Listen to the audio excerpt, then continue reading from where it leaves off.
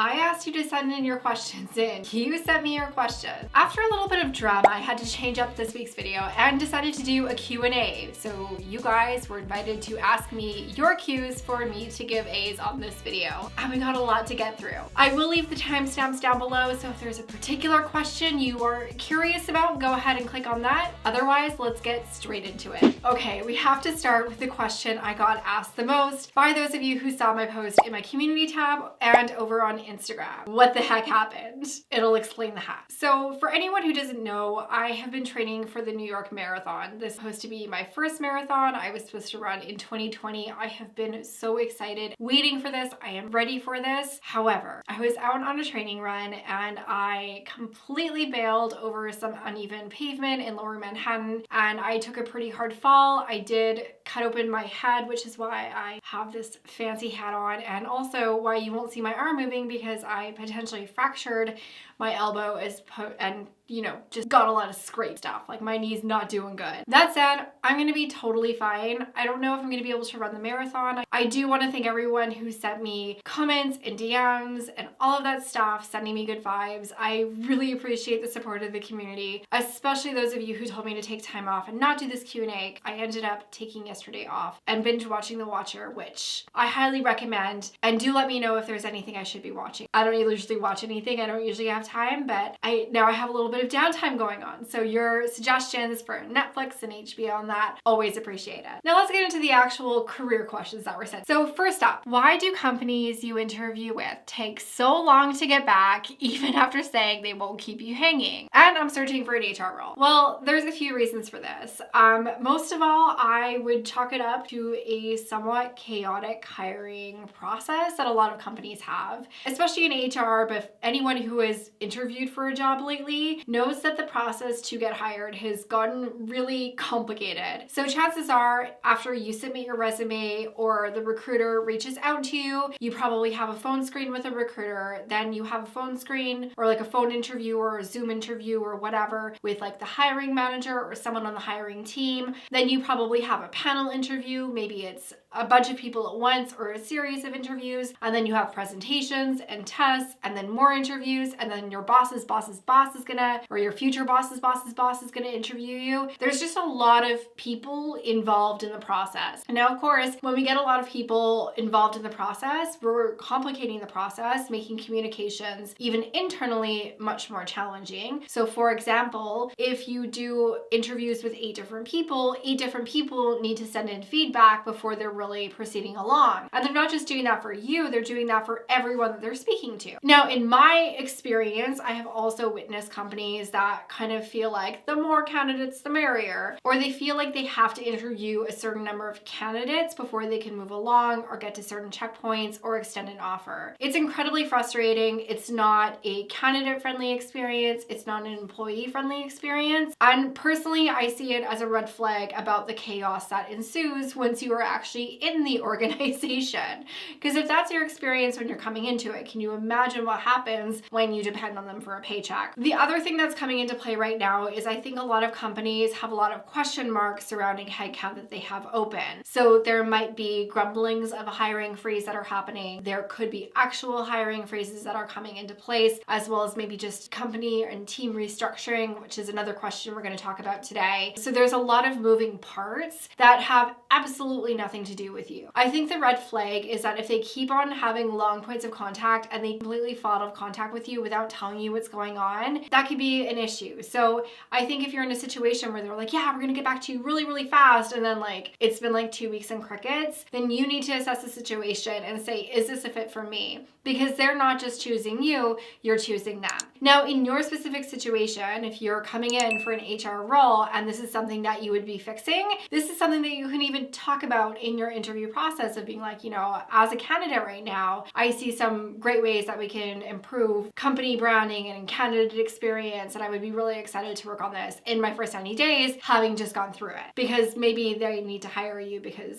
they know the problems that exist. In general though, if you have been in an interview process and you aren't hearing back or they've been ghosting you, I always go with the mantra of don't assume malice when incompetence would suffice. And usually it's just people don't know how, or they're overwhelmed, overburdened. A lot of recruiting teams have way too much going on, and it's unfortunately easy for balls to drop. So give people grace because we all make mistakes. But also discern that from when it just seems like they are chaotic and this is going to be a bigger problem. Now, the next question comes in Instagram, and I love this question. This probably could be a whole video of its own. What happens if you don't know what your next career move will be? Now, obviously, I talk all about career success, career advancement, all of that kind of stuff. So we're always thinking about the next thing. We're a bunch of ambitious professionals, right? Well, what happens when you get to that next checkpoint and you're like, I don't know what to do now. Like, what's my next goal? Now, one thing I think we need to learn as ambitious people is that there's going to be times in our careers and in our lives where we're pedaling really fast. Like we're sprinting for that next milestone, that next mile marker. We want that promotion. We want the pay raise. We want that award, whatever it is. But sometimes when we get to it, we need to learn how to coast. And that can be hard to do because when you are so focused on pedaling, working hard, demonstrating your readiness for the next level, doing all of the things that you need to do in order to achieve that career goal. Once you get there, there seems to be a lot of space that is open because all of that time that you were dedicating into that up level has now been freed up to just do your job. And yeah, like doing your job is going to take up some of that time, but it's not always going to take up all of the time.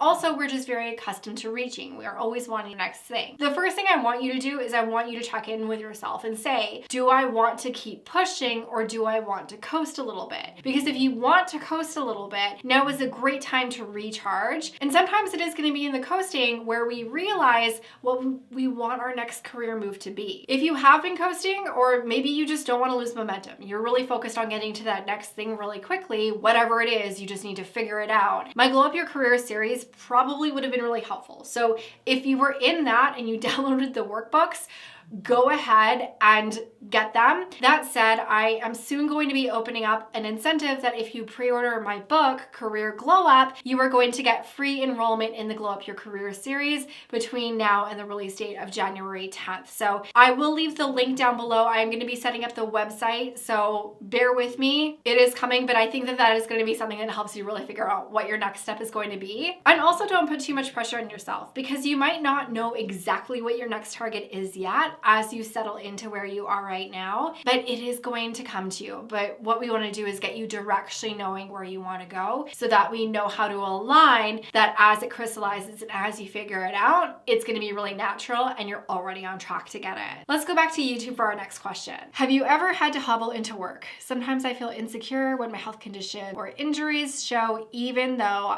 it doesn't affect my performance. A very apt question for me right now. I am someone who is injury prone. I am such a klutz. So sprains, breaks, broken faces, I've walked into work with it all. Now, I did answer this question immediately because I think it's a really important one, but I wanted to speak to it here as well. So first and foremost, you need to be aware that no one has any business knowing what health stuff you have going on. You do not have to answer any questions. Now, obviously, I got onto this video and I explained to you exactly what happened to me. I did not need to do that. I just feel comfortable telling you guys because you're my career besties. But if I was walking into a corporate boardroom, I would not walk in and share all of the details right off the bat. Not to say that I would keep it a secret or anything, but it probably wouldn't be my opening line whatsoever. I would find another way to explain the funny hat. However, sometimes we can't hide it. Like right now, I am also limping. That is not something that I can hide. So in cases like that where you don't want to share, you don't want to disclose what's going on, you can just say, I had an injury. And if someone pushes, you can say, I'm not comfortable discussing it at work. You're allowed to have boundaries about your personal medical information.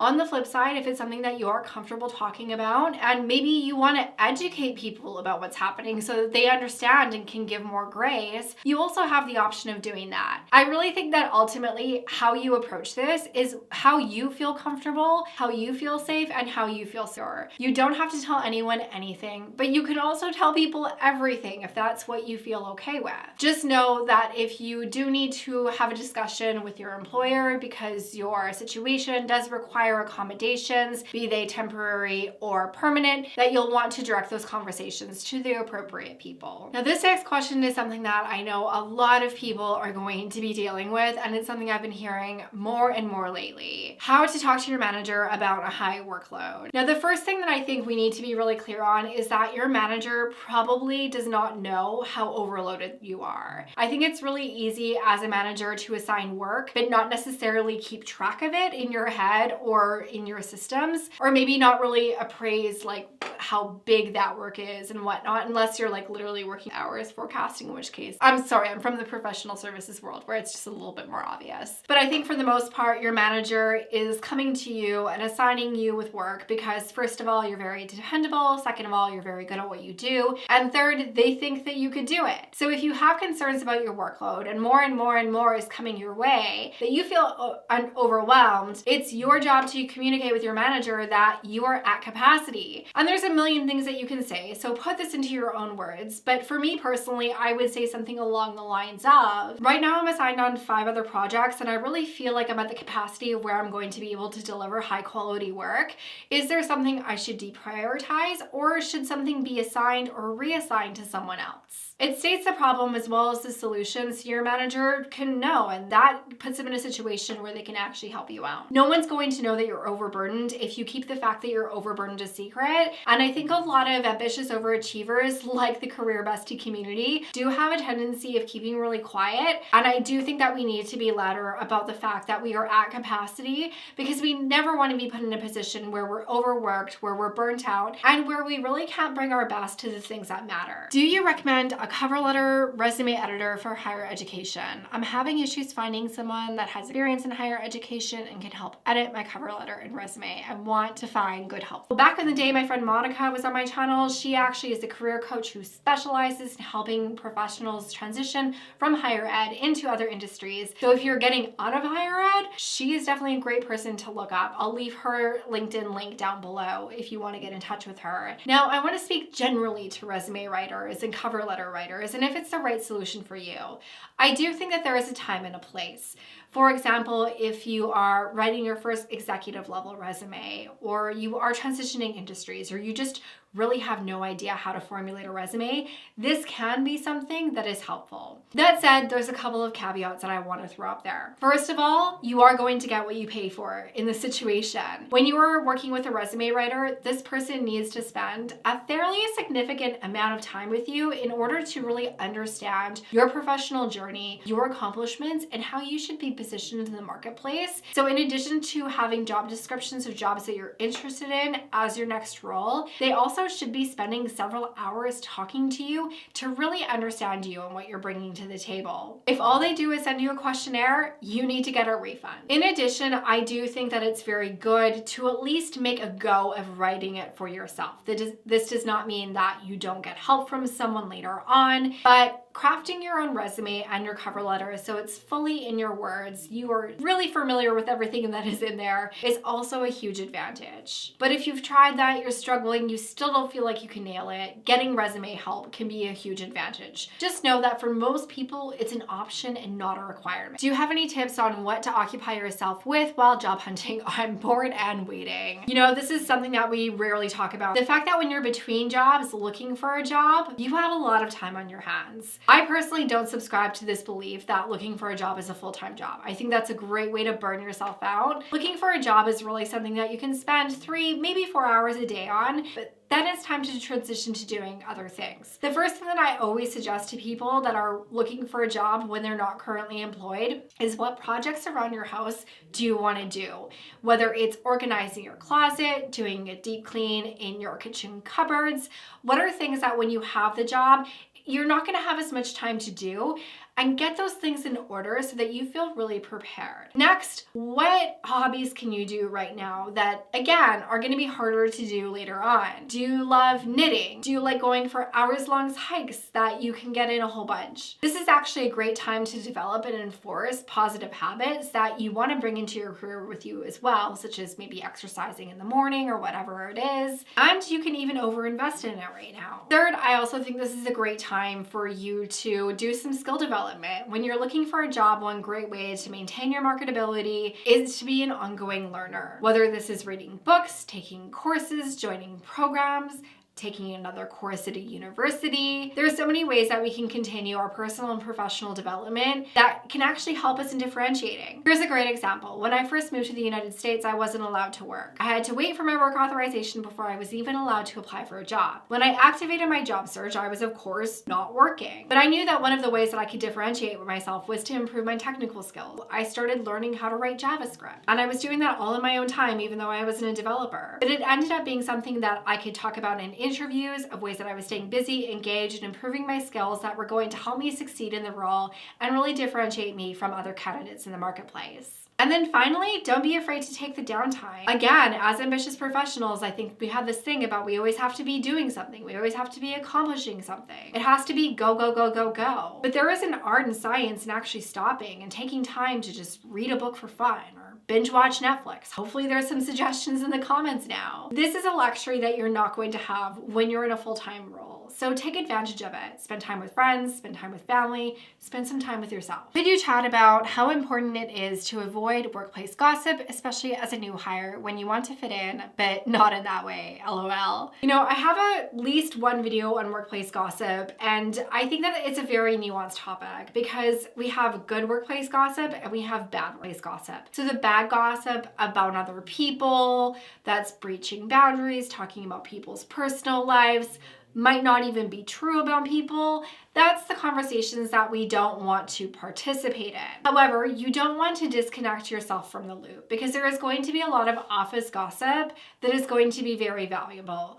Who's going for what role? Which coworkers are having conflict? Who's trying to get promoted? Are there potential restructures in place? What leaders are empire builders who are throwing everyone under the bus trying to get what they want? There are some things that you want to know at work and some things you don't want to know at work. The trouble is that it tends to be an all or nothing thing. What I do think are good guidelines is stay away from the gossip and definitely don't participate in the gossip that is about other people in their personal lives. Other people's interests, hobbies, families have nothing to do with work and are none of your business. And if you're talking about other people, you're putting it out there that other people can talk about you. The second type of gossip I think universally shouldn't be engaged in is down-talking other people. Because when you do, you need to make the assumption that whatever you say is gonna get back to them because guess what? It's gonna get back to them. And really, when you're talking negatively about other people, you're just staging yourself as a negative person. That's not who you want to be. It's not how you want to be perceived. It's not going to help you. It's not going to help your career. And third, and this one's much more complex and definitely more than what I can dive into in this video, is know the difference between when you know things and when you share things.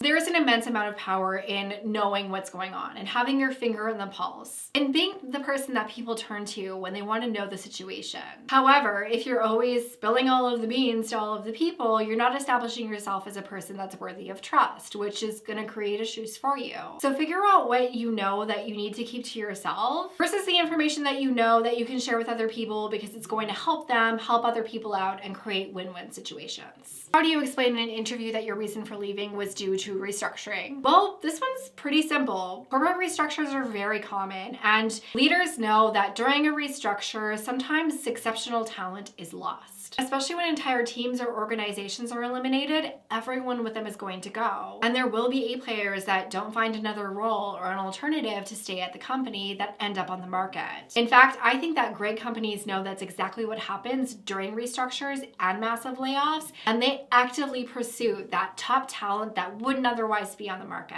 And you're that top talent. So this is a very easy explanation. Unfortunately, the company was facing financial hardship and had to do a restructure, and my team was caught in it, especially over the last few years through so much uncertainty and whatever is about to happen. This is something that people understand, and I don't think that it's going to hurt you in your job search. So if you do enjoy the Q&A, I run an AMA every single Wednesday over on my Instagram. It's at @CCJenniferBrick. Make sure and follow me there. Subscribe here if you haven't already, obviously, and I will see you in the next video. Bye for now.